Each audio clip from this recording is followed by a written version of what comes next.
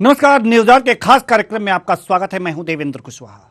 दबाव में धर्मांतरण जिस पर लगाम लगाने की बातें की जाती हैं। धर्मांतरण यह कि एक धर्म से दूसरे धर्म में लोगों को पहुंचाने के लिए, अपने धर्म की संख्या बढ़ाने के लिए, अपनी संख्या बढ़ाने के लिए धर्मांतरण किया जाता है। धर्मांतरण पर रोक के बारे में तमाम बातें होती हैं और तमाम कवायदे की जाती हैं। बीजेपी सरकार यह कहती है कि हम धर्मांतरण नहीं होने देंगे, शुद्धिकरण करेंगे, जिनका धर्मांतरण हो गया है उसे भी अपने धर्म में मिला लेंगे, शुद्धिकरण कराएंगे और घर वापसी कराएंगे। तमाम ऐसी बातें होती हैं। लेकिन भोपाल में धर्मांतरण हो रहा है और लव जिहाद के माध्यम से धर्मांतरण हो रहा है। यह धर्मांतरण वास्तव में क्यों हो रहा है? लव जिहाद के कारण हो रहा है। राजधानी भोपाल में धर्म परिवर्तन का मामला सामने आया है। यहां एक महिला ने थाने में धर्म परिवर्तन की शिकायत की थी, लेकिन सुनवाई न होने पर महिला को गृह मंत्री नरोत्तम मिश्रा का दरवाजा खटखटाना पड़ा था। सवाल यहां पर यह है कि धर्मांतरण हो रहा है, महिला पीड़ित है, उस पर दबाव बनाया जा रहा है, उसे धर्मांतरण करने के लिए विवश किया जा रहा है। और जब महिला थाने जाती है और धर्मांतरण कराने के दबाव बनाने की शिकायत करती है तो सुनवाई नहीं होती और उसे गृह मंत्री मध्य प्रदेश के गृह मंत्री डॉक्टर नरोत्तम मिश्रा का दरवाजा खटखटाना पड़ता है। बड़ी ही विचित्र बात है। भाजपा की सरकार है मध्य प्रदेश में, ध्यान रखिएगा। दरअसल महिला का कहना है कि उसके घर के पास में रहने वाले अब्दुल रहमान ने जबरदस्ती कर धर्म परिवर्तन का दबाव बनाया। यही नहीं, उनकी बहन से शादी कर उनका भी धर्म परिवर्तन करा दिया है और पीड़ित पर भी धर्म परिवर्तन का दबाव बनाया जा रहा है। पीड़ित का कहना है कि वह धर्म परिवर्तन नहीं करना चाहती, साथ ही प्रशासन से आरोपी पर कार्रवाई की मांग की है। वहीं इस मामले में मध्य प्रदेश के गृह मंत्री डॉक्टर नरोत्तम मिश्रा ने मामले की तह तक पहुंचने की बात की है। तो सबसे पहले हम आपको सुनवाते हैं उस पीड़िता का बयान जिस पर धर्म परिवर्तन के लिए दबाव डाला जा रहा है। तो सुनिए। अब्दुल रहमान खान है, इसने 2010 में मेरी बहन को अपने ससुराल से भगा के धर्म परिवर्तन करवा के उसको शादी कर ली थी, निकाह कर लिया था, धर्म भी परिवर्तन कर लिया। उसके बाद 2013 में मेरी भी शादी हो गई थी। कुछ परेशानी की वजह से मैं 2015 में वापस आई थी। मेरा छोटा बेटा है। उसके बाद मैं अकेली रहती हूँ। उसके बाद बहन थी, भले मुसलमान से शादी कर ली, लेकिन बातचीत होती रहती थी। उसके बाद ये लोग धीरे धीरे मुझे समझाते थे कि तुम्हारा भी तलाक हो गया और तुम्हारे समाज वालों ने तुम्हारा साथ नहीं दिया, तुम भी हमारे साथ आ जाओ, तुम भी धर्म परिवर्तन करो, तुम्हारी बहन खुश है, तुम भी हमारे साथ खुश रहोगी, कोई परेशानी होगी तो हम सब लोग तुम्हारे साथ में खड़े होंगे। मेरे को ये सब नहीं समझ में आता था, लेकिन मैं उनको जवाब नहीं दे पाती थी क्योंकि मैं अकेली हूँ ना। कल को लड़ाई करेंगे, कुछ करेंगे, मैं नहीं एडजस्ट कर पाऊंगी। उसके बाद धीरे धीरे बढ़ता गया। दूर रहते थे। अभी 1.5-2 साल पहले मेरे घर के सामने आके रह रहे। मेरी बहन ने बोला मेरे को परेशानी है, तो मैंने ही उसको हाँ बोल दिया, ठीक है बना के रहो, कोई परेशानी नहीं है। लेकिन जब मैंने उसको बनवा के दिया, अभी उसको लॉकडाउन में परेशानी थी, मैंने बना के दिया, रह रही थी। उसके बाद इन लोगों के यहाँ पे जो लोग मुसलमान लोग आते हैं ना, ये जो अब्दुल रहमान है इनके पति, वो इस्लाम कट्टरवादी अब्दुल रज्जाक जी थे ना, वो उनके पोते होते हैं। वो सब मेरे को समझाते हैं कि हम अब्दुल रज्जाक जी के खानदान से ताल्लुकात रखते हैं और वो तर्जुमे वाली कौन सी मस्जिद है और मदरसा उनसे जुड़े हुए हैं। वो कभी कोई परेशानी होती है वो कलमा बता के जाते हैं, लिख के दे के जाते हैं, ये पढ़ो। आपसे क्या बोला? इनके यहाँ ना अभी रिसेंटली 3-4 साल हुए हैं, इनके रिश्ते में कोई असलम नाम का लड़का है, उससे निकाह कर लो, तुम भी इस्लाम धर्म कबूल करो, तुम्हारी बहन की तरह तुम खुश रहोगी। तो पूरी कहानी यह है कि इनकी बहन जो है, इस पीड़िता की बहन को लव जिहाद के अंतर्गत उसे फंसाया गया अपने प्रेम के मोहजाल में और उसका धर्म परिवर्तन कराया गया। बाद में जो पीड़िता है वो तलाकशुदा हैं, उनकी बहन है जिनका धर्म परिवर्तन कराया गया है। अब यह कहा जा रहा है कि तुम्हारे धर्म वालों ने तुम्हें छोड़ दिया, मेरे धर्म वाले तुम्हें अपना सकते हैं, तुम अपना धर्म परिवर्तन कर लो, अपना लेंगे। बात समझ में नहीं आती। इस पर डॉक्टर नरोत्तम मिश्रा, इस पीड़िता के इस व्यथा पर डॉक्टर नरोत्तम मिश्रा का क्या कुछ कहना है, जरा आप सुन लीजिए, फिर आगे की बात करते हैं। विषय आ गया था, वो संज्ञान में परसों आया था मेरे, और मैंने उसी समय कमिश्नर साहब से वो दे दिया है जांच में कल पुलिस उस तक पहुंची भी है, आज निष्कर्ष पे आ जाएंगे। तो निष्कर्ष पर आ जाएगी, निष्कर्ष पर आ जाएगी और पीड़िता की मदद होगी। लेकिन सवाल यहां पर यह है कि जब पीड़िता थाने गई, शिकायत करने गई, तो बीजेपी की सरकार है, प्रशासन के लोग भी यह समझते हैं कि हां, अगर इस तरह की कोई बात आती है तो मुस्तैदी से उस पर कार्रवाई होनी चाहिए थी। लेकिन किसी ने सुनवाई नहीं की। अगर सुनवाई नहीं की तब जाकर के वह पीड़िता मध्य प्रदेश के गृह मंत्री डॉक्टर नरोत्तम मिश्रा का दरवाजा खटखटाई, उसके बाद से एक कार्रवाई हो रही है। इससे पहले किसी ने सुनवाई नहीं की, उसके लिए जिम्मेदार कौन है? और डॉक्टर नरोत्तम मिश्रा जी भी इस पर मौन हैं। सवाल यहां पर यह है कि आखिर यह धर्म परिवर्तन क्यों होता है और क्यों कराया जाता है, क्यों कराया जा रहा है? धर्म परिवर्तन को रोकने के लिए सरकार तमाम वादे करती है कि हम धर्म परिवर्तन नहीं होने देंगे। तमाम संस्थाएं हैं, तमाम ऐसे लोग हैं जो ये कहते हैं कि धर्म परिवर्तन नहीं होना चाहिए, लव जिहाद नहीं होना चाहिए। उसको रोकने के लिए भी तमाम बातें आती हैं, लेकिन रुकता नहीं है। राजधानी की बात है, राजधानी भोपाल की बात है, भोपाल राजधानी है मध्य प्रदेश की, यहां की यह बात है, तो और जगहों पर क्या स्थिति होगी, यह देखने और समझने वाली बात है और सोचने वाली बात है। बीजेपी की सरकार है और बीजेपी की सरकार में राजधानी में ऐसी बातें हो रही हैं, यह वास्तव में सोचने की बात है कि वास्तव में शासन का कंट्रोल शायद प्रशासन पर उतना नहीं है। आरोपी अब भी आजाद हैं, जांच चल रही है, आरोपी अब भी आजाद हैं। वो आजाद क्यों घूम रहे हैं? उन्हें सलाखों के पीछे होना चाहिए था। आरोपियों को पहले सलाखों के पीछे होना चाहिए था, उस पर मुकदमा दर्ज होना चाहिए था। जांच बाद में होती रहेगी, क्योंकि अगर आरोपी छुट्टा घूमते रहे तो वास्तव में पीड़िता को डराने, धमकाने और अपनी कंप्लेन वापस लेने का दबाव भी बना सकते हैं। जो व्यक्ति धर्म परिवर्तन कराने के लिए दबाव बना सकता है, वो अपने ऊपर मुकदमा कायम होने और धर्मांतरण जैसे गंभीर आरोप अगर जो लगे हैं तो उसे वापस लाने के लिए भी उस पर दबाव बना सकता है और कुछ भी कर सकता है। खतरे में हो सकती है पीड़िता। तो सवाल यहां पर यह है, हम शासन और प्रशासन दोनों से मांग करते हैं कि वास्तव में इस पीड़िता की रक्षा भी होनी चाहिए और सबसे पहले जो छुट्टा घूम रहे हैं आरोपी, उनको जेल के सलाखों के पीछे होना चाहिए।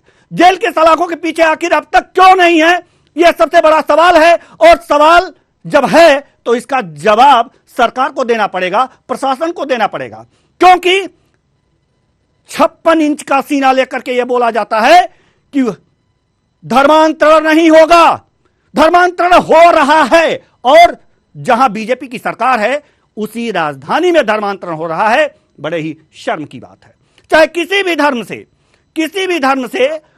भी धर्म का अगर जो धर्मांतरण किया जाता है किसी व्यक्ति का और उसका इरादा नहीं है कि मेरा धर्मांतरण हो, मैं जिस धर्म को मानता हूं या मानती हूं, हम उसी धर्म में रहना चाहते हैं, तो वास्तव में उसका जबरन धर्म परिवर्तन क्यों? और आज इसी मुद्दे पर हम करेंगे चर्चा, और चर्चा के लिए हमारे साथ जो मेहमान हैं, सत्येंद्र चौधरी, प्रवक्ता बीजेपी, बहुत बहुत स्वागत है आपका हमारे इस कार्यक्रम में। साथ ही साथ अभिनय बरोलिया, प्रवक्ता कांग्रेस, आपका भी बहुत बहुत स्वागत है हमारे इस कार्यक्रम में। साथ ही साथ हमारे साथ जुड़े हैं मुस्लिम धर्मगुरु हाफिज अकरम कुरैशी जी, आपका भी बहुत बहुत स्वागत है हमारे इस कार्यक्रम में। सबसे पहले मुस्लिम धर्मगुरु हाफिज अकरम कुरैशी जी के पास जाना चाहेंगे और आपसे जानना चाहेंगे कि जबरन धर्म परिवर्तन कराना क्या जायज है आपके धर्म में? नहीं, अब हम जो है ना धर्म की बात नहीं करते, हम कानून की बात करते हैं जी। हम जिस मुल्क के अंदर हम लोग रहते हैं, ये संविधान इस बात की इजाजत नहीं देता, संविधान इस बात की इजाजत नहीं देता कि कोई भी किसी भी धर्म के आदमी को जबरन जो है धर्म परिवर्तन कराए जी। और अगर इस तरह की कोई गुफ्तगू करता है और इस तरह की कोई बात करता है, जैसे कि अभी चंद दिन पहले आपने सुना होगा कि कुछ लोग जो है मीटिंग के अंदर और कार्यक्रम के अंदर ये कह रहे हैं कि मुस्लिम महिलाओं से शादी करो और उनको जो है अपने धर्म के अंदर लाओ और उनको जो है फैसिलिटी दो। ये हमारा एक टारगेट है, ये हमारा मिशन है। मैंने आज तक कोई वीडियो ऐसी नहीं देखी जहाँ आलल ऐलान मुस्लिम समुदाय के लोग इस तरह की कोई टिप्पणी करते हो, इस तरह की भाषा का प्रयोग करते हो। रही बात इस व्यक्ति की, मतलब वो सिर्फ करते हैं, कहते नहीं है सार्वजनिक रूप से, वो करते हैं, करते नहीं है। और इसका नमूना ये जो विजुअल चल रहे हैं ना सर, ये जो विजुअल चल रहे हैं ना, विजुअल जो चल रहे हैं उस पर कार्रवाई हो जी, जिन पर कार्रवाई हो। हाँ। और वो राज्य के एतबार से नहीं, सेंटर के हिसाब से कार्रवाई हो जी। सेंटर इस बात की ध्यान रख के राज्य सरकार कार्रवाई करे ना करे, तुरंत सेंटर पर एक्शन लेना चाहिए। ठीक है, एक बयान और सुन लीजिए, भोपाल का ही है, एक बयान और सुन लीजिए, एक बयान जी सुन लीजिए जी। मैं धर्म परिवर्तन के पीछे कर जाऊं। अब अगर मैं इतना ज्यादा दबाव में रहूंगी, अगर कुछ नहीं हो पाया इनका, तो मेरे पास सुसाइड के अलावा और कोई ऑप्शन नहीं। आप एक बार और सुनिए, सुसाइड के सिवाय और कोई चारा नहीं रहेगा इस लड़की के पास। कर जाऊं। अब अगर मैं इतना ज्यादा दबाव में रहूंगी, अगर कुछ नहीं हो पाया इनका, तो मेरे पास सुसाइड के अलावा और कोई ऑप्शन नहीं। मेरे पास सुसाइड के सिवाय और कोई ऑप्शन नहीं बचेगा। इस तरह से सर मैंने आपसे यह सवाल पूछा है, सर आपसे मैंने यह सवाल पूछा है कि क्या आपके धर्म में जबरन परिवर्तन, संविधान की बात अलग रखिए क्योंकि संविधान कभी इजाजत नहीं देगा इस तरह की वाहियात कुकर्म करने का जी, कभी भी। आप ये बताइए कि धर्म, आपका धर्म क्या इजाजत देगा? मैं कुरान की आयत बताता हूँ जो 1666 आयत है, उसका एक आयत है कि उसमें लिखा है ला इकराहा फिद्दीन, दीन में कोई जबरदस्ती नहीं है। यानी आप दीन के मामले में किसी के साथ जबरन नहीं कर सकते, यहाँ तक के मुस्लिम के साथ भी नहीं कर सकते। हिंदू किसी और समुदाय के बात तो छोड़िए, मुस्लिम के साथ भी आप ये नहीं कह सकते चलो भाई आपको नमाज पढ़नी पड़ेगी, नहीं। ला इकराहा फिद्दीन, यहाँ ला के सबको रोक दिया है। तो जब मुस्लिम के लिए रोक दिया है तो दूसरे समुदाय का तो सवाल ही पैदा नहीं होता। और हम इस बात का बिल्कुल खंडन करते हैं, अगर कोई आदमी जबरन किसी पर दबाव बनाता है तो वो जांच का विषय है और जांच करके उस पर सख्त कार्रवाई हो। बिल्कुल कार्रवाई होनी चाहिए जी, बिल्कुल कार्रवाई होनी चाहिए, बिल्कुल कार्रवाई होनी चाहिए। हम आना चाहेंगे सत्येंद्र चौधरी जी के पास जो बीजेपी के प्रवक्ता है। बीजेपी बराबर 56 इंच का सीना दिखाती है और कहती है कि धर्मांतरण नहीं होगा और जिनका हो गया है उन्हें उनकी घर वापसी होगी। लेकिन बीजेपी की सरकार है मध्य प्रदेश में और राजधानी है भोपाल, यहां पर धर्मांतरण हो रहा है और महिलाएं इस तरह से प्रताड़ित हैं कि कह रही हैं कि सुसाइड करने का मन करता है, इतना दबाव बनाया जाता है। क्या कर रही है सरकार आपकी, सो रही है क्या? सत्येंद्र जी आपसे ही सवाल है शायद। न्यूज आवर को दर्शक नमस्कार है। देखिए, सरकार सो रही होती तो आपको याद होगा सरकार ने धर्म स्वातंत्र अधिनियम को जब बनाया हमने मध्य प्रदेश में, तो हमारे कांग्रेस की पार्टी विरोध कर रही थी और सभी लोग कि बना हुआ है तो क्यों बना रहे हो, जो पुराना कानून है। अरे भाई आजकल देखिए सब बहुत सारी बदल गए तो अपराधियों के काम करने के तरीके भी बदले हैं, तो इसलिए हमारा कानून भी मजबूत होना चाहिए। तो धर्म स्वातंत्र अधिनियम जो बनाया है वो बहुत सशक्त बनाया और दूसरे राज्यों के अंदर भी उसको लागू किया जा रहा है, अपडेट किया जा रहा है। तो हमने धर्म स्वातंत्र अधिनियम बनाया और धर्म स्वातंत्र अधिनियम इसीलिए है कि मैं किसी धर्म की बात नहीं करूंगा, मुस्लिम, ईसाई, बौद्ध, जैन, हिंदू है ना, शैवपंथ, शक्तिपंथ, कोई भी अगर व्यक्ति, अगर देखिए कोई भी अगर महिला है या पुरुष है, अगर किसी धर्म से, सिद्धांत से प्रभावित होता है तो उस धर्म को दीक्षित हो सकता है, उसमें कोई समस्या नहीं। लेकिन आप देखिए बहुत बड़े स्तर पर कई सारी जगह पर ऐसे बात आ रही पूरे भारत में, चाहे वो छत्तीसगढ़ राज्य हो, चाहे राजस्थान हो, चाहे मध्य प्रदेश हो, चाहे झारखंड हो, बिहार हो, तो सारे देश के अंदर लच्छेदार बातें आपकी अच्छी लग रही हैं सर, कानों को बहुत सुंदर लग रही हैं, बहुत काम किया है। लेकिन इतना काम करने के बाद भी राजधानी जो भोपाल है मध्य प्रदेश की, यहाँ पर दो महिलाएं सुनाए क्या आपको? अगर जो ना सुन पाए हो तो फिर से सुना दें आपको। इतनी प्रताड़ित हैं, सर, इतनी प्रताड़ित हैं कि सुसाइड करने की बात कर रही हैं।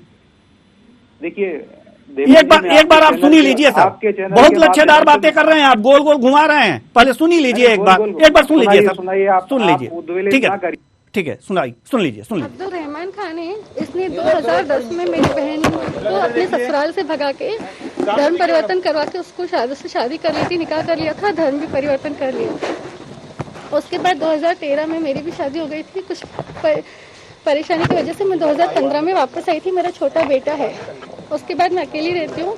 उसके बाद बहन थी, भले मुसलमान से शादी कर ली, लेकिन बातचीत होती रहती थी। उसके बाद ये लोग धीरे धीरे मुझे समझाते थे कि तुम्हारा भी तलाक हो गया और तुम्हारे समाज वालों ने तुम्हारा साथ नहीं दिया, तुम भी हमारे साथ आ जाओ, तुम भी धर्म परिवर्तन करो, तुम्हारी बहन खुश है, तुम भी हमारे साथ खुश रहोगी, कोई परेशानी होगी तो हम सब लोग तुम्हारे साथ में खड़े होंगे। मेरे को ये सब नहीं समझ में आता था, लेकिन मैं उनको जवाब नहीं दे पाती थी, क्योंकि मैं अकेली हूँ ना। कल को लड़ाई करेंगे, कुछ करेंगे, मैं नहीं एडजस्ट कर पाऊंगी। मैं अपना काम करूं, मैं धर्म परिवर्तन के पीछे कर जाऊं। अब अगर मैं इतना ज्यादा दबाव में रहूंगी, अगर कुछ नहीं हो पाया इनका, तो मेरे पास सुसाइड के अलावा और कोई ऑप्शन नहीं। सुन लिया सर, सरकार आपकी है मध्य प्रदेश में, आप कह रहे हैं कि बहुत उद्वेलित हैं आप। सरकार आपकी है और नियम भी बहुत अच्छे अच्छे बनाए हैं, आप ही कह रहे हैं, फिर भी यह स्थिति है, क्या कहेंगे आप? देवेंद्र जी, आपने हमारे माननीय गृह मंत्री जी ने इस पूरे प्रकरण में संज्ञान लिया है। और आप देखिए, वो बहन, हमें आपके चैनल के माध्यम से निवेदन करना चाहूंगा कि किसी को भी ऐसा कोई गलत जो एक्सट्रीम स्टेप लेने की आवश्यकता नहीं है। ये माननीय शिवराज जी की सरकार है, माननीय नरोत्तम मिश्रा जी गृह मंत्री हैं, और ये अपराधियों पर वज्रदंड चलेगा। और आपने देखा वज्रदंड चल रहा है। 25,000 एकड़ से ज्यादा की भूमि खाली करा ली गई है। उस पर 28 नवंबर से देविया भी जा रहा है। सैकड़ों हजारों अपराध पंजीबद्ध किए हैं, अपराधियों को जेल में डाला है। 1000 इतना ही सख्त होता प्रशासन। मैं आपको बता दूं, अब महिलाओं की नहीं, देवेंद्र जी मुझे बोलने तो दीजिए, मेरी बात तो हो जाने दीजिए, उसी में आपकी पूरी बात पे। तो जैसा माननीय गृह मंत्री जी ने कहा कि हमने अपने अधिकारियों से बात की, उसमें जांच चल के आज 1-2 दिन में उसका पूरा डिसीजन आ जाएगा और निश्चित ही कार्रवाई हो जाएगी। तो हमारी मध्य प्रदेश की किसी भी बहन बेटी को ऐसा कहीं डरने की जरूरत नहीं है। थोड़ा धैर्य रखें, बिल्कुल सही दिशा में जांच होगी, अपराधियों पर कार्रवाई होगी, अपराधियों को जेल में पहुंचाया जाएगा। और जो उसी के लिए जो धर्म स्वातंत्र अधिनियम है, तो किसी भी, आप देखिए, वो जो मैंने बहन की बात आपने मुझे सुनाई, मैं उसकी बात से सुन के मैं भी दुखी हूँ। जिस प्रकार से उसके साथ में जो हुआ है, मेरी भी सहानुभूति एक नागरिक होने के नाते, भारत के नागरिक, तो मेरी सहानुभूति मेरी बहन के साथ है। वो मैं अपनी उसको बहन के जैसा ही मानता हूँ। और जो बोल रही है वो पीड़ा उन्होंने बताई, तो मैं बता दूं कि भारत, चाहे वो किसी भी धर्म का व्यक्ति हो, अब इस पे जांच होगी, कार्रवाई हो जाएगी। और आप देखिए, कुछ दिन पहले ग्वालियर में भी एक मामला सामने आया था, ग्वालियर के अंदर, और आए दिन पूरे भारतवर्ष में, चाहे वो हर राज्य में आते हैं, और लॉ एंड ऑर्डर जो होता है राज्य का विषय है, तो राज्य की सरकार इस पे गंभीरता से काम करती है। हमारी सरकार जो है मध्य प्रदेश में कर रही है। हाँ, आपने बोला है तो ये बात जरूर है। तो उसमें जरूर आपने कहा कि वहाँ पे थाने में वो बहन परेशान हुई, तो निसंदेह ये बात भी माननीय गृह मंत्री जी के पास पहुंची है। तो अभी आप कुछ इसमें एक्शन भी होगा कि भाई इस तरीके से अगर संवेदनशीलता अधिकारियों की क्यों है। ठीक है सर, अब मेरी बात सुन लीजिए। आप कह रहे हैं कि वास्तव में कार्रवाई होगी, ठीक है, कार्रवाई होनी चाहिए। और सवाल यहां पर मेरा यह है कि जब वह पीड़िता थाने पे गई तो उसकी सुनवाई क्यों नहीं हुई? जब इतना सख्त प्रशासन है, इतने सख्त नियम कानून है, और प्रशासन, शासन का पूरा दबाव है प्रशासन। मैंने वही कहा ना देवेंद्र जी, उस पर भी अधिकारियों के ऊपर भी कार्रवाई होगी। ठीक है, लेकिन बोला मैंने उसको पहले ही बोला, आपके प्रश्न के पहले ही। लेकिन पूरा होल्ड तो नहीं है ना, ये तो दर्शाता है ना कहीं ना कहीं कमी है ना शासन में, कहीं ना कहीं कमी है ना शासन में, कि इस तरह के मामले पर भी जानते बूझते पुलिस ने कोई कार्रवाई नहीं की। ये कमी है कि नहीं है, ये बताइए आप, ये कमी है कि नहीं है? मैंने कहा ना आपको, अधिकारी स्तर पर कमी है, अधिकारियों पे ऊपर लगाम लगाई जाएगी। और अभिनव बरोलिया जी भी हमारे साथ जुड़े हुए हैं, अभिनव बरोलिया जी भी जुड़े हुए हैं। अभिनव बरोलिया जी, हम बहुत देर बाद आपके पास आ रहे हैं, इसके लिए हम क्षमा चाहते हैं। अभिनव बरोलिया जी, सवाल यहाँ पर यह है कि आप जो सत्येंद्र चौधरी जी के बातों से कितने सहमत हैं? आपको भी सुन लिया है, सत्येंद्र जी को भी सुन लिया है, पीड़ित महिला को भी सुन लिया है मैंने, और जो प्रशासन के और शासन की बात चल रही है वो भी सुन लिया है, थाना कचहरी भी सुन ली है, मैंने सब कुछ सुन लिया है। मैं आपको ये कहना चाहूंगा कि जिस तरीके से प्रशासन को काम करना चाहिए, पुलिस विभाग को काम करना चाहिए और इसकी पूर्ण रूप से जांच करना चाहिए और उसके बाद इसके निष्कर्ष पे पहुंचना चाहिए कि मैटर क्या है। लेकिन मुझे ऐसा लगता है कि गृह विभाग बिल्कुल शांत पड़ा है। उनके मंत्री जी जो है वो पिक्चर देखने में व्यस्त हैं, 3-3 घंटे की वो पिक्चर देख रहे हैं। उनको पिक्चर देखने से अच्छा है, मूवी देखने से अच्छा है कि गृह विभाग पे ध्यान दें, काउंसलिंग सेंटर्स खोलें, काउंसलिंग में हर जिले में काउंसलिंग सेंटर बनाएं और वहां पे जो भी विवाद हो रहे हैं, जिस तरीके के भी हो रहे हैं, लव जिहाद हो रहा है, ये सारे मैटर जो हैं इनका सॉल्यूशन जल्द से जल्द निकालें। और हमारी तो यही मांग है कि इस तरीके के जो मैटर हो रहे हैं, चाहे वो पारिवारिक मैटर हो, जिस कारण से भी हो रहे हैं, चाहे वो समस्याएं हो, उन पे ध्यान दें। मतलब गृह मंत्री जी को सारी चीज छोड़कर अब फौरन तत्काल, क्योंकि अभी आप स्थिति देख रहे होंगे मध्य प्रदेश हो चाहे देश हो, सब जगह पे बहुत हालात खराब है। लोग मानसिक तनाव में ज्यादा जूझ रहे हैं, ज्यादा परेशान हो रहे हैं और खाने कमाने की टेंशन बहुत ज्यादा है और सब कुछ जो चल रहा है इस देश और प्रदेश में वो बहुत मुश्किल है। और इस चीजों को निकलने के लिए मैं तो यही कहूंगा कि हमारे गृह मंत्री जी को बहुत कुछ करना पड़ेगा। मूवी और ये यहाँ पे 3-3 घंटे वेस्ट करने से अच्छा है वो गृह विभाग पे ध्यान दें, पुलिस विभाग पे ध्यान दें, काउंसलिंग सेंटर्स खोलें, लोगों की समस्याओं को सुने, समझें। स्वतंत्र जी, गृह विभाग काम नहीं कर पा रहा है, मूवी देखने में व्यस्त है, ऐसा कहना है जी। देखिए मैं बता दूं देवेंद्र जी, ये मूवी की गृह विभाग ने काम किया और आप देखिए जब भी 15 महीने की सरकार सोती रही, माननीय दिग्विजय सिंह जी 10 साल तक बंटाधार करते रहे, मध्य प्रदेश का सरकार चलाते हुए। 18 साल से सरकार है, शर्म नहीं आती है सत्येंद्र जी, फिर वही बातें करने लगते। 18 साल आप देवेंद्र जी किससे प्रश्न है? आप लोग को अभी भी ये लगता है कितने रेप हो रहे हैं, रेप कैपिटल बना हुआ है भोपाल है, 2-2, 3-3 बच्चियों की राजधानी में रेप हो रहे हैं पूरे प्रदेश में रोज के रोज 30-30 बच्चियों के रेप हो रहे हैं। उस पर आप लोग बोलते नहीं है, पिक्चरों की बात करने लगते हैं, दिग्विजय सिंह जी की बात करने लगते हैं, 18 साल के शासन की बात करने लगते हैं। आप लोग को कोई बात ही नहीं समझ में आती है। आपको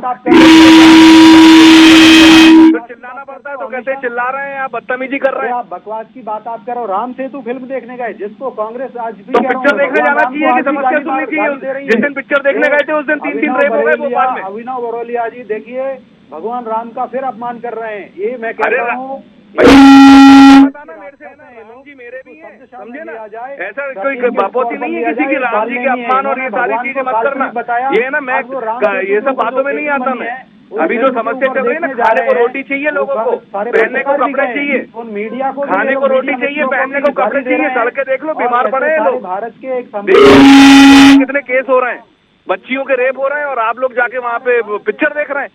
केस तो इसलिए हो रहे हैं, जनता के पास पैसे नहीं है पिक्चर देखने के, आप लोग के पास जेब भरी हुई है जम के, पूरे लोगों को पिक्चर दिखाने ले जा रहे हैं आप लोग। रेप होता रहेगा, रेप इसलिए हो रहे हैं ये राजनेताओं में, औरतों के साथ रेप होता रहेगा। सत्येंद्र जी आप बताइए रेप किस लिए हो रहे हैं, जरा बताइए। मतलब क्या बताइए सर, रेप किस लिए हो रहे हैं जरा बताइए तो। इनको चुप करिए तो मैं बता दूं, रेप इसलिए हो रहे हैं। चुप करिए, पता नहीं है और लगे रहते हैं बस दिग्विजय सिंह जी की बात करते हैं, इधर उधर की बात करते हैं। इनसे जब जो प्रश्न पूछे, जब मैं बोल रहा था क्या, जब ये बोल रहे थे तब मैंने एक शब्द भी नहीं बोला। इनको आप पहले शांत कराइए। तो आप बोल रहे थे तो मैं बोल रहा था क्या? आप बोले दिग्विजय सिंह जी में क्यों आ जाते हैं? 18 साल से खुद की सरकार है, 1.25 साल की कमलनाथ जी की सरकार में आ जाते। हमारी सरकार होती तो आपको पता चलता क्या होता है यहाँ पे। लॉ एंड ऑर्डर को बर्बाद करके रख दिया है, पूरा ध्वस्त करके रख दिया है। देवेंद्र जी आप किससे प्रश्न कर रहे हैं जी? देखिए रेप इसलिए होते हैं कि रमेश कुमार जी कांग्रेस के 4 बार के विधायक हैं और भरी विधानसभा में कर्नाटक में कहा कि रेप, अगर महिला का रेप हो रहा तो महिला को आनंद कर लेना चाहिए रेप का, और शांत पड़े होना चाहिए, रेप का आनंद ही ले लेना चाहिए। इस कारण से ऐसे अपराधियों को बल मिलता है। रेप इसलिए हो रहे हैं कि प्रियंका मतलब उस बयान से रेप हो रहे हैं। जो कल 3 रेप हुए हैं राजधानी में, जो कल 3 रेप हुए हैं उस बयान से हो गए हैं। देखिए राजनेताओं के बयानों से शक्ति मिलती है अपराधियों को। अगर हमारे देश के राजनेता तो आपके कानून से क्या मिलता है सर? आपके कानून किस लिए हैं? किस लिए है सर कानून? कांग्रेस का बैठा हुआ है। ठीक है सर, बकवास की जनता सुन रही, इधर चले जाते हैं कहीं उधर चले जाते हैं। अरे आप टू द पॉइंट बात करिए ना, मैं बता रहा हूँ, आप अपने समय बोलिएगा। अगर कांग्रेस में धीरज है तो सुनने का साहस रखे कांग्रेस। मैं बता रहा हूँ प्रियंका वाड्रा जी के कहने से कोई महिलाओं के शील की रक्षा नहीं होती, या बहनों की शील की रक्षा नहीं होती कि अगर वो स्कूल जाएं तो हिजाब पहने और बिकनी भी पहन के चली जाएं। तो स्कूल के अंदर बिकनी पहन के जाएंगी कि हमारी बहन है? निसंदेह अपराधियों को, जो ऐसे बलात्कारी हैं, उनको शक्ति मिलती है। मध्य प्रदेश के बड़े नेता है, वो ही कहते हैं, तो सवाल यहाँ पर यह है सत्येंद्र जी, 15 साल कर देनी चाहिए विवाह की उम्र। सत्येंद्र जी, यह बात तो आपको माननी पड़ेगी कि तमाम नियम कानून बनाने के बाद भी कहीं न कहीं सज्जन सिंह वर्मा जी के कारण रेप बढ़ रहे हैं। सर, धर्मांतरण की बात हो रही है, रेप पे हम कभी चर्चा कर लेंगे। रेप जो है उनको बल मिलता है, अपराधियों को बल मिलता है। महिलाओं के उत्पीड़न का ही मामला है सर। लड़कियों का मासिक धर्म 15 साल में ये महिलाओं के साथ अन्याय है। जो रेप हो रहे हैं, धर्मांतरण दबाव बनाकर धर्मांतरित किया जा रहा है उन्हें, ये सब देखना गृह विभाग का काम है। क्यों नहीं समझ रहे हैं इस बात को? देखिए, समझ रहे हैं देवेंद्र जी, और इसी समझ के कारण हमने एक बड़ा कानून हो रही है तो तुरंत एक्शन इस पे नहीं हो रहा है। इस बात को क्यों नहीं समझ पा रहे हैं? एक्शन हो रहा है। धर्म स्वतंत्रता अधिनियम को कठिन किया गया और उसमें अब तो ये शामिल कर दिया कि कोई संस्था या एक व्यक्ति भी है, अगर कोई व्यक्ति धर्म परिवर्तन कराने में प्रेरित करता है तो उनको भी 10-10 साल की सजा होगी, लाखों रुपए और लागू करने वाले आपके कर्मचारी हैं, आपके प्रशासन के लोग हैं। अगर वो इसे आप नियम कानून बना करके रख देंगे ऐसे किनारे कोने में, तो कौन उसको फॉलो करेगा? जब प्रशासन पंगु बन के बैठा रहेगा, एकदम हाथ पे हाथ धरे बैठा रहेगा, तो ये इसको एक्टिव करने की जिम्मेदारी किसकी है? गृह विभाग की है। क्यों नहीं इस बात को मान रहे हैं कि अगर वो महिला गई है वहां पर, अगर वो महिला गई है, शिकायत करने गई है, तो तुरंत एक्शन होना चाहिए था। मैंने माना तो आपकी बात, आपने कहा, आपने मीडिया के मित्रों ने, मैंने कहा ना, पुलिस विभाग के, वो पुलिस के अधिकारियों पर कार्रवाई होगी और माननीय नरोत्तम मिश्रा जी निसंदेह इस पर कार्रवाई करेंगे, क्योंकि हमारी मध्य प्रदेश की कोई भी बेटी और बहन, कोई भी नागरिक परेशान नहीं होना चाहिए। अगर वो पुलिस के पास जा रहा है सहायता लेने के लिए, तो पुलिस की पहली जिम्मेदारी होती है कि हर नागरिक की सुरक्षा, अधिकारों की सुरक्षा करे, रक्षा करे।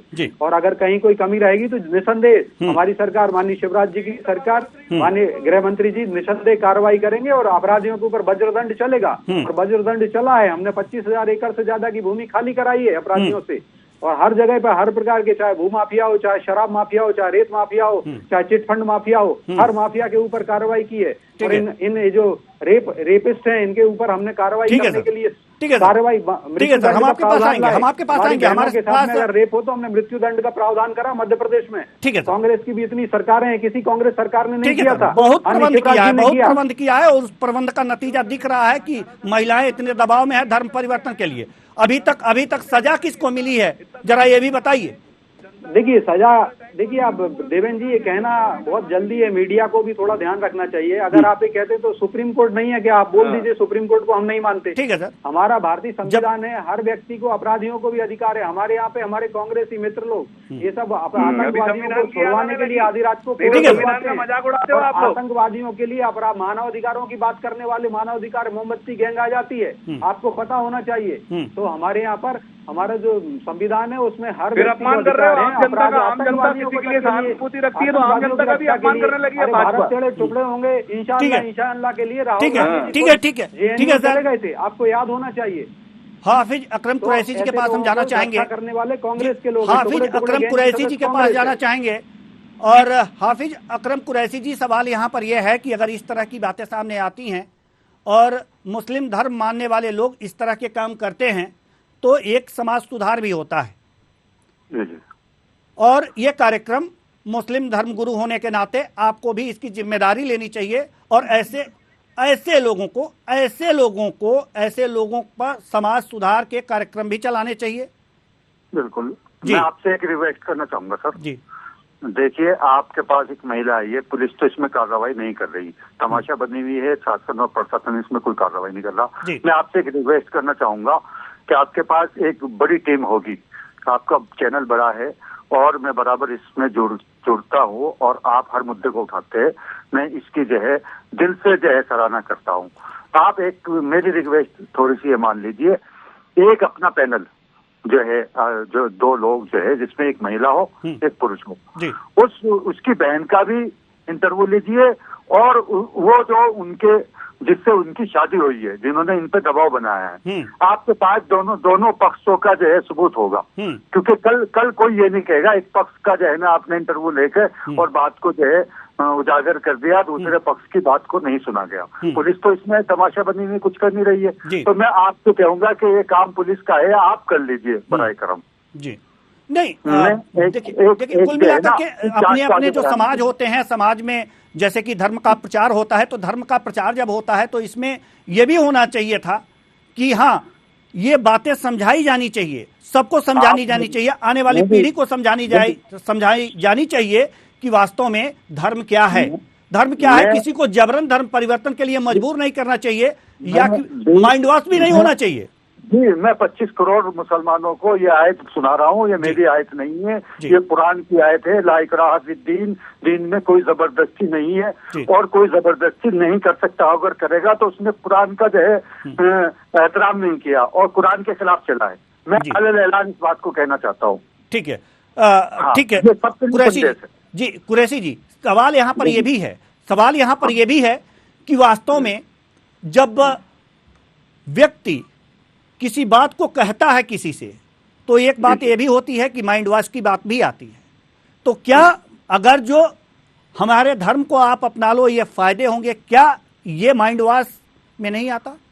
नहीं, ऐसा कोई मिशन नहीं है, ऐसा कोई काम नहीं। पहली बात तो मुस्लिम समाज इतना पिछड़ा हुआ है और इतना पिछड़ा हुआ है कि अगर ये मुस्लिम समाज के लोग अपने लोगों पे काम कर ले तो बहुत बड़ी बात होगी, दूसरे की चिंता ना करे। यही तो बात है, यही तो बात है कि ये लोग अपनी चिंता नहीं करते, ये दूसरों की चिंता करते हैं। कुछ लोग हैं, कुछ लोगों की बात मैं कर रहा हूं सर, कुछ लोगों की बात, कुछ लोग हैं आपके समाज में इस तरह के, और हर समाज में इस तरह के लोग होते हैं, और उनपे जी उनको सर 70 साल से तकरीबन निजामुद्दीन से आपने भी इस पे डिबेट करी होगी। तबलीग का काम हो रहा है, तबलीग का काम मुसलमानों के लिए होता है जी। मुसलमानों को सीधे रास्ते पे लाने के लिए किसी पड़ोसी के घर पर हम जाके कुंडी नहीं बजाते, घंटी नहीं बजाते कि आप जो है हमारी बात सुन लो। हम सिर्फ मुसलमानों को समझाते हैं, उन्हें सीधे रास्ते की बात करते हैं कि भाई आप अपने सीधे रास्ते पर आ जाओ। एक बात और बताइए सर, एक बात और बताइए कि जो महिला ये कह रही है, जो महिला ये कह रही है कि बार बार उससे कहा जाता है कि हाँ आप तलाकशुदा हो, तुम्हारे धर्म वालों ने तुम्हें छोड़ दिया, हम तुम्हें अपना लेंगे, सुख से रहोगी, तुम्हारी बहन हमारे साथ सुख से रहती है, अगर इस तरह की बातें होती हैं तो इसे आप क्या कहेंगे? अपने धर्म में बुलाने का लालच देना कहेंगे? देखिए सर, जज भी कोई किसी बात का फैसला तब तक नहीं लेता जब तक दोनों पक्षों की बात नहीं सुन लेता। मैं इसमें एक्स्ट्रा कोई टिप्पणी नहीं करूंगा। मैं चाहूंगा कि आप मुझे दोबारा डिबेट पे ले, लेकिन उससे पहले उन लोगों को, उसकी बहन का और उस शख्स का जिसने उसकी बहन से शादी करी, उन दोनों की डिबेट और उनका इंटरव्यू आपके पास होना चाहिए। बिल्कुल बिल्कुल होगा, बिल्कुल सर, ये आपने बिल्कुल ही सही कहा है, बिल्कुल ही सही कहा है। लेकिन अगर इस तरह की बात आती है, मेरे शब्दों में अगर शब्द जुड़ा है, अगर इस तरह की बात होती है तो क्या ये जायज है? बिल्कुल, मैंने कहा, मैं अपनी तरफ से नहीं कह रहा हूँ, अपनी बात तो मैं कर ही नहीं सकता धर्मगुरु के हैसियत से। मैं कह रहा हूँ, फिर दोबारा कह रहा हूँ, ला इकराह फिद्दीन, दिन में कोई जबरदस्ती नहीं है, और कोई करता है तो उसको हम पूरे 25 करोड़ मुसलमान खंडन करते हैं जी, सबके सब। ठीक है। इंजीनियर सत्येंद्र चौधरी जी भी हमारे साथ जुड़े हुए हैं जी। इंजीनियर सत्येंद्र चौधरी जी, आपने सुना हमारे जो धर्मगुरु हमारे साथ जुड़े हुए हैं कुरैशी जी, उन्होंने कहा है कि वास्तव में ऐसे धर्म नहीं कहता कि जबरदस्ती किसी को जोड़ लिया जाए, इनका धर्म इजाजत नहीं देता, यानी कि अगर इसके बाद भी कोई कुछ कहता है तो इनके धर्म के अनुसार भी नहीं है, वो तो किसी के धर्म के अनुसार नहीं होगा और संविधान के अनुसार तो है ही नहीं है। लेकिन सवाल यहां पर यह है कि असुरक्षा की भावना तो पैदा होती है ना सर, इस असुरक्षा की भावना को हटाने के लिए, मन से या भय हटाने के लिए सरकार क्या करेगी, क्या कर रही है? बिल्कुल देवेंद्र जी, मैं बता दूं आपको, हाफिज साहब ने कहा, हमारे धर्मगुरु हैं, मुस्लिम धर्मगुरु, उन्होंने अच्छी बात कही कि इस्लाम नहीं सिखाता है, और उन्होंने आयत भी बताई। बस ये मैं, और चाहे वो क्रिश्चियन धर्म भी हो, चाहे वो सिख धर्म हो, चाहे बौद्ध हो, चाहे जैन हो, चाहे हिंदू हो, यहूदी हो, चाहे क्रिश्चियनों के अंदर भी धर्मांतरण की बात आती है। देखिए बहुत सारी जगह पर, मैं किसी धर्म विशेष की बात नहीं करता, लेकिन हमारे सभी धर्म गुरुओं को मैं आपके चैनल के माध्यम से भी आह्वान करूं कि यह जरूर दें कि किसी को प्रलोभन के द्वार पर प्रलोभन ना देते हुए, प्रलोभन ना दें धर्म परिवर्तन के लिए। और जैसे ही जो बात आपने कही बहुत अच्छी बात है, और जो धर्म गुरु जी ने भी कही कि इस्लाम ये नहीं सिखाता। लेकिन जो बहन के साथ में जो अभी प्रथम दृष्टया बहन कह रही कि मेरे को दबाव डाला गया, तो इनको ये कहना चाहिए धर्मगुरु साहब जो हमारे हैं कि ये गलत बात है। अगर ये बात में सत्यता रहती है तो ये जरूर वो हमारे मुस्लिम समाज को भी प्रशिक्षित करेंगे कि इस प्रकार की घटनाएं ना हो। जिसमें देखिए धर्मगुरु बहुत अच्छा हर देश संप्रदाय के अंदर तो मतलब शांति और अपने आप कहना क्या चाहते हैं कि धर्मगुरु ने यह बातें ना कह करके उन्होंने एक तरह से बचाव किया है उन लोगों का? नहीं, उन्होंने अच्छी बात कही। उन्होंने ये कह दिया कि मैं वो दोनों पक्षों को सुनूंगा, दूसरे पक्षों को, इसलिए मैंने कहा। लेकिन मैं तो ये कहता हूँ कि देखिए आप और हमारे सुनने से कुछ नहीं होता। भारत के अंदर न्यायालय की व्यवस्था है। अगर ये जो सब बातें न्यायालय में जाएगी और न्यायालय जो निर्णय देगा वो सबको मान्य होता है, ठीक है। वो सुप्रीम कोर्ट तक जाता है, जिला न्यायालय से फिर उच्च न्यायालय जाएगा, फिर सर्वोच्च न्यायालय चला जाता है। तो हमारा वो न्यायालय का जो निर्णय होगा वो सब हम सब मानते हैं और वो संविधान से। लेकिन मैं धर्मगुरु जितने भी धर्म, लेकिन जो हमारा शासन प्रशासन है बात न्यायालय में न जाए जी, उससे पहले ही इस तरह के माहौल समाज में क्रिएट कर दिए जाए कि इस तरह की बातें होने ही ना पाए। इसीलिए तो ये शासन और प्रशासन है, या हर बात न्यायालय में ही जाए?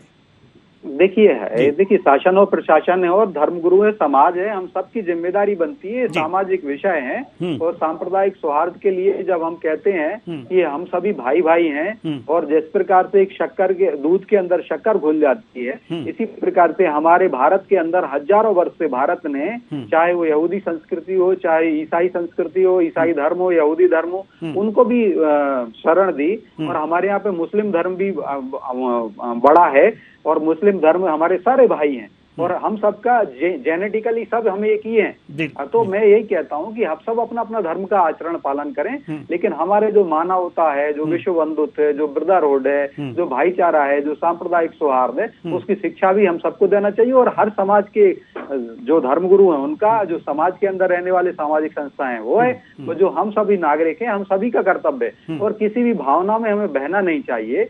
हमें अगर सशक्त भारत का निर्माण करना, देखिए भारत तो रहेगा और भारत के अंदर हम सभी भी रहेंगे, तो हम सब क्यों ना जो जिस प्रकार से अच्छे मन से रहते हैं वैसे सभी भाई भाई बन करके रहें और भारत को बढ़ाएं और अपन सबकी उन्नति हो। यही भारतीय जनता पार्टी का विचार है। भारतीय जनता पार्टी की जो पंच निष्ठा है उसमें सर्वपंथ संभाव, हमने पंथ को डाला है, धर्म भी नहीं कहा। पंथ में चाहे वो मुस्लिम पंथ हो गया, ईसा पंथ हो गया, मूसा पंथ हो गया, हिंदू पंथ में शैव पंथ हो गया, शक्ति पंथ हो गया, जैन पंथ हो गया, बौद्ध पंथ हो गया, ईसाई पंथ हो गया। तो ये सभी सारे पंथ जितने भी, यहूदी पंथ हो गया, पारसी, हमारे देखिए 5000 पारसी हैं, लगभग हजारों में 5-6 हजार पारसी पूरे भारतवर्ष में है, लेकिन उनका धर्म अलग है। हमने उनको भी शरण दी, हम उनको भी भाई मानते हैं। तो ना उनके ऊपर कोई हम अत्याचार करें, हम सभी लोग, वो भी हमारे भाई हैं। चाहे हमारे मुस्लिम बंधु भी अच्छे से रहे, हिंदू भाई भी हमारे शक्ति पंथ वाले भी अच्छे से रहे, बौद्ध वाले भी अच्छे से रहे, सिख पंथ, यही हमारा नागरिकता का, एक नागरिक का कर्तव्य और यही हमें संविधान सिखाता है। और कहीं अगर कोई व्यक्ति कोई गलत काम करता है तो फिर पुलिस व्यक्ति रहती है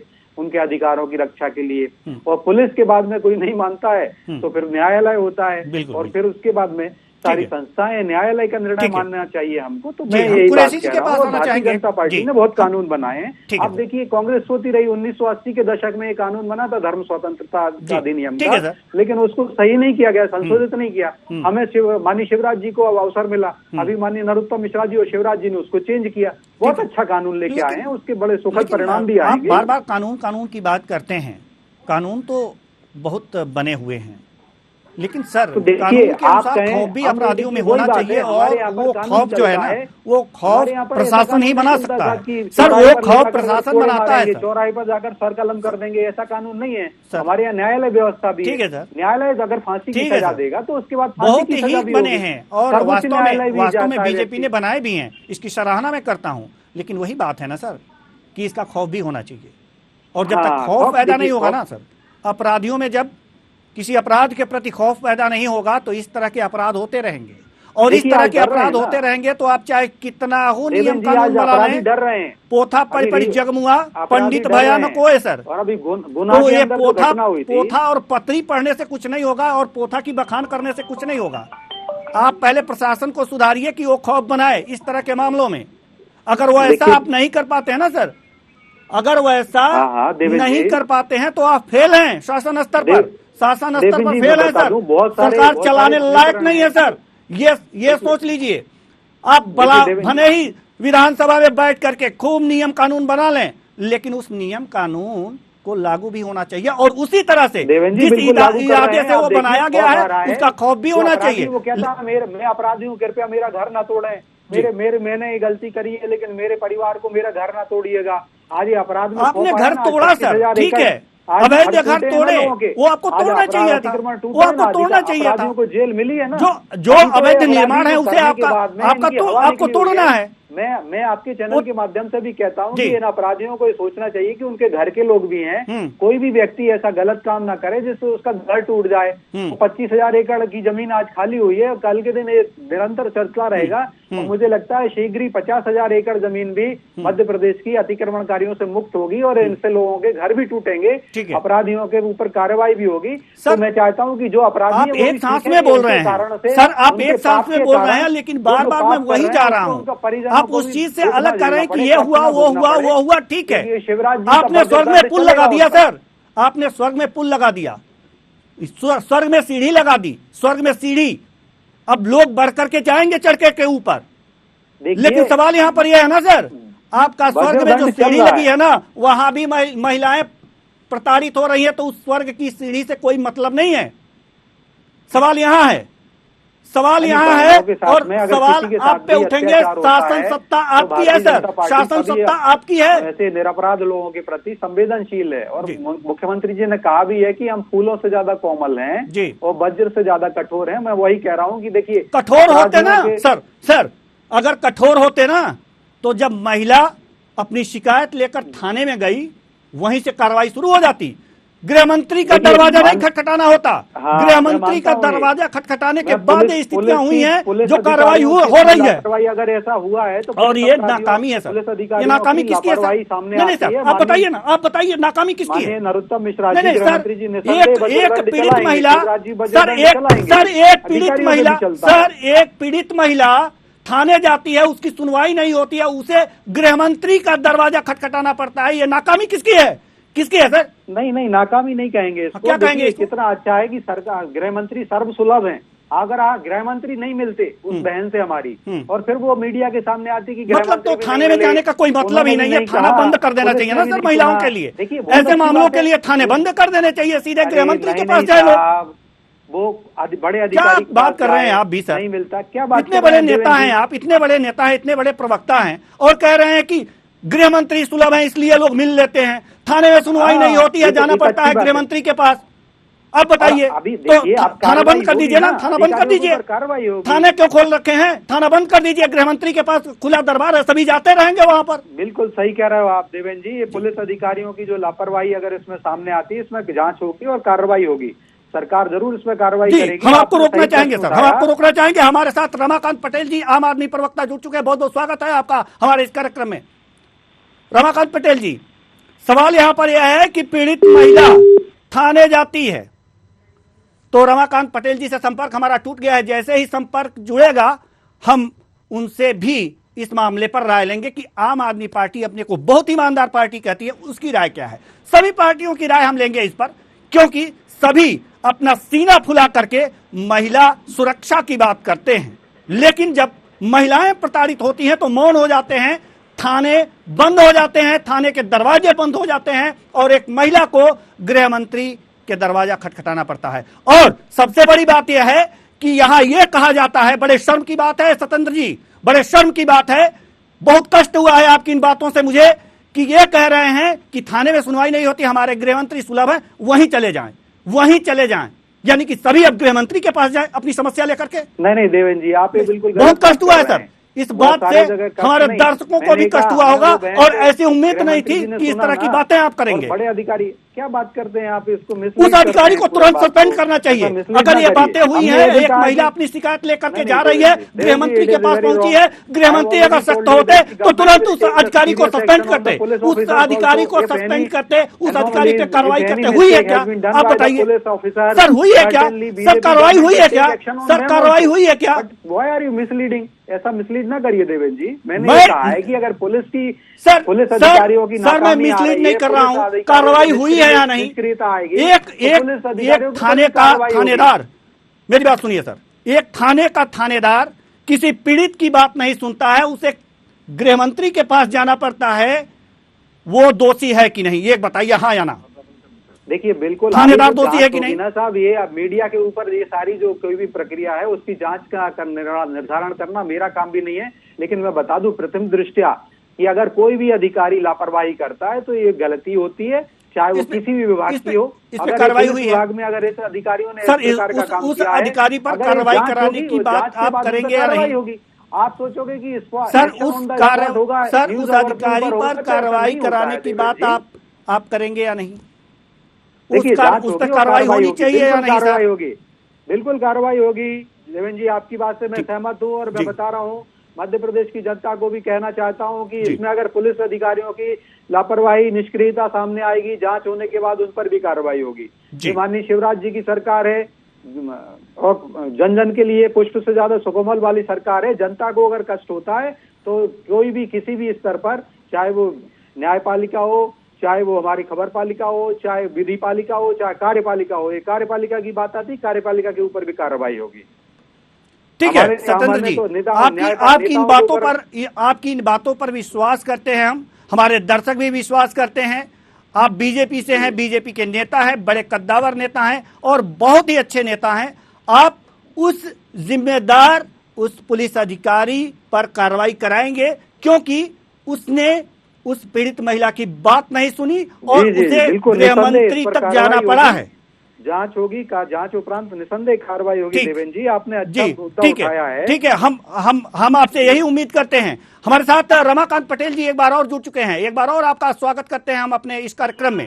सवाल यहाँ पर यह है कि एक महिला के साथ जबरन धर्मांतरण की बात सामने आई है भोपाल से, जो मध्य प्रदेश की राजधानी है और यहाँ पर सीएम जो है वो शिवराज सिंह चौहान जी हैं, यानी बीजेपी की सरकार है। क्या कहेंगे, आम आदमी पार्टी क्या सोच रही है? देखिए यदि जबरन धर्मांतरण की बात आती है तो ये तो कहीं से भी फिट नहीं बैठता है। जबरन धर्मांतरण कैसे हो सकता है? और अगर जबरन धर्मांतरण हो रहा है तो भाई 18 साल से 19 साल से प्रदेश के अंदर मुख्यमंत्री है शिवराज सिंह चौहान, और जबरन धर्मांतरण होता है तो इनके कार्यकाल पे संदेह होता है कि ऐसा कैसे हो सकता है। यहाँ पर कानून का राज है जी या नहीं है, या जंगल राज है जी। अब मैं केवल इतना ही कहना चाहता हूँ, ये इंजीनियर सत्येंद्र जी भी हमारे साथ जुड़े हुए हैं, बीजेपी के नेता हैं, ये जवाब वही देंगे। जी सत्येंद्र जी जवाब दे दीजिए अब रमाकांत पटेल जी को। जी पटेल साहब ने प्रश्न उठाया, आपने प्रश्न किया, लेकिन आपको बता दूं ये जो कह रहा है धर्मांतरण, तो राजेंद्र गौतम कोई भारतीय जनता पार्टी के मंत्री नहीं थे दिल्ली सरकार में। राजेंद्र पाल गौतम आम आदमी की केजरीवाल सरकार के मंत्री रहे और उन्होंने खुलेआम एक मंत्री जब बनता है तो वो भारतीय संविधान की शपथ लेता है जिसमें सर्वपंथ संभाव की जो मैंने बात कही भाई होती है। अरे इनको चुप कराइए, इनकी आवाज चुप कराइए जरा एक मिनट। आप अपने जानकारी देते हैं, भाजपा वालों की समस्या यही है, शपथ दिलाई उन्होंने, आधी अधूरी जानकारी देते हैं। रामदास अठावले कौन है? रामदास अठावले कौन है? बोलिएगा आप पहले बताइए ना। आपको बोला आप दोष देते हैं, रामदास अठावले कौन है? रमाकांत जी आप अपना मुंह शांत रखिए, आप जरा धैर्य रखिए, सुनिए। आप अगर अच्छे प्रवक्ता हैं तो धैर्य रखिए। मैंने बड़ा धैर्य से सुना था आपको, मैंने बड़े धैर्य से सुना। आप अपने समय बोल लीजिए। आप रामदास अठावले जी कौन है पहले बता दीजिए। अरे रमाकांत जी आपकी बात जवाब देने नहीं आया। आप अपना एक चैनल खोल लीजिए भ्रष्टाचार वाला, जैसा नेशनल हेराल्ड कांग्रेस ने खोला है, आप अपना खोल लीजिएगा, उस पर आप अपनी बात करिए। मैं न्यूज ओवर पे आया हूँ, न्यूज ओवर ने प्रश्न उठाया है, आप अपने समय बोल लीजिएगा। न्यूज ओवर सम्मानीय प्लेटफॉर्म है हमारा, मैं उस पर आया हूँ, उस पर बात कर रहा हूँ। देखिए राजेंद्र पाल गौतम ने शपथ दिलाई, अपने हजारों लोगों के साथ में मंत्री रहते हुए शपथ दिलाई कि हम आने वाले 2 सालों में 10,000 से ज्यादा लोगों को बौद्ध बनाएंगे। और ये साफ कहा, उन्होंने कहा कि शपथ लो कि हम ना राम को मानेंगे, ना कृष्ण को मानेंगे, ना ब्रह्मा को मानेंगे, ना विष्णु को मानेंगे, ना महेश को मानेंगे। ये खुलेआम उसके कारण से अब गुजरात में इनकी बचानी थी अपनी लाज। और तो ये धर्म परिवर्तन कराने वाले लोग, और जो भारत के अंदर धर्म परिवर्तन हो रहा है उसमें कहीं ना कहीं राजेंद्र पाल गौतम जैसे नेता लोगों के कारण भी धर्म परिवर्तन में लोगों को बल मिलता है, अपराधियों को बल मिलता है। और मध्य प्रदेश के अंदर भी ऐसे लोग हैं जो इनके राजेंद्र पाल गौतम जैसे लोगों से प्रभावित हो जाते हैं। मेरी बात कहने का मतलब ये है, अभी तो आम आदमी ने इनको लात मार दी, राजेंद्र पाल गौतम को, और मंत्री पद से हटाना पड़ा। मैं तो कहता हूँ अगर आम आदमी पार्टी की भुजाओं में दम है कार्रवाई करने की, तो उसको पार्टी से बाहर निकाले। रमाकांत जी जवाब दीजिए, जवाब दीजिए। अब एक तो मैं कुछ बोलूंगा हेमंत जी। देखिए सीधी बात है, भारतीय जनता पार्टी केवल और केवल अभी मोरबी के 135 लोगों की जो हत्या हुई है ना इनके द्वारा, इनके भ्रष्टाचार की जो बलि चढ़ गए 135 लोग, उससे ध्यान भटकाने के लिए तमाम तरह की चीजें ला रही है, तमाम तरह की चीजें प्लांट कर रही है। वो चाहे कहीं का मामला हो, इनके आज तक देश भर में विपक्षियों के ऊपर कार्रवाई होती आ रही है। क्या आप ये बतलाइए कि नितिन गडकरी के ऊपर कितनी संपत्ति आज तक उनके ऊपर जांच हुई क्या? ये मुद्दा भ्रष्टाचार का नहीं है देवेन जी, इनको जरा ये मुद्दा भ्रष्टाचार का नहीं है, मुद्दा है महिला के उत्पीड़न का, महिला के धर्मांतरण का और जबरन धर्मांतरण का। जबरन धर्मांतरण हो रहा है जहां पर बीजेपी की सरकार है और प्रदेश की राजधानी है। सबसे शर्म की बात यहां ये है। रमाकांत पटेल जी क्या कह रहे हैं इस पे? तो सरकार को चूड़ियां पहन के बैठने की बजाय कुछ कार्रवाई करनी चाहिए। 18 साल से शिवराज सरकार है यहाँ पर, और शिवराज सरकार ने जंगल राज बना दिया है। सरकार का फेल्योर है, न कानून व्यवस्था इनके हाथ में है, न बेरोजगारी दूर करने का कोई उपाय इनके हाथ में, न महंगाई कम कर सकते हैं। जंगल राज बना दिए हैं, लोगों को मरने के लिए सड़कों पर छोड़ दिए हैं, गुंडे माफिया सड़कों पे घूम रहे हैं। ये मध्य प्रदेश की स्थिति है। सरकार को इस्तीफा दे देना चाहिए। शिवराज सिंह चौहान जी को सत्ता में बने रहने का, मुख्यमंत्री बने रहने का कोई अधिकार नहीं। नैतिकता के आधार पर इस्तीफा दे देना चाहिए। ठीक है सर, ठीक है। अब ये राजपाट की बातें करते रहिएगा, लेकिन इस राजपाट में महिलाएं हैं और महिलाओं की सुरक्षा होना चाहिए, और इससे कोई अपना पल्ला नहीं झाड़ सकता, चाहे आम आदमी पार्टी हो या फिर बीजेपी हो या कांग्रेस हो। कुल मिलाकर के हम आना चाहेंगे हाफिज अकरम कुरैशी जी के पास और ये जानना चाहेंगे कि आदर्श स्थिति क्या होनी चाहिए। देखिए मैं जहाँ तक समझ रहा हूँ, इस मुद्दे की पीड़ा ना तो प्रशासन को है ना शासन को है। मैं आपकी मुंह पे तारीफ नहीं कर रहा हूँ। इसकी पीड़ा अगर मुझे नजर आ रही है तो आपके अंदर नजर आ रही है, मीडिया के। मीडिया तो बहुत बात का विषय होता है, कार्रवाई मीडिया तक तो जो है पीड़ित बहुत देर में पहुंचता है जी। और जो लोग हमारे पैनल में बैठे हैं, मैं उनसे भी रिक्वेस्ट करना चाहता हूँ कि आप गुजरात तक मत जाइए, दिल्ली और इधर उधर मत जाइए। सिर्फ इस विषय पर जो है ना फिक्र कीजिए कि इसका समाधान हो, समस्या का समाधान हो। ये एमपी की है और राजधानी की है। इस पर, इस विषय पर रहिए और इस पर जो है कार्रवाई हो जी। और ठीक है सर, मैं यही चाहूंगा कि इसमें जो है ना जांच हो और आप जांच का सहयोग बने। ठीक है, बहुत बहुत धन्यवाद तीनों मेहमानों का।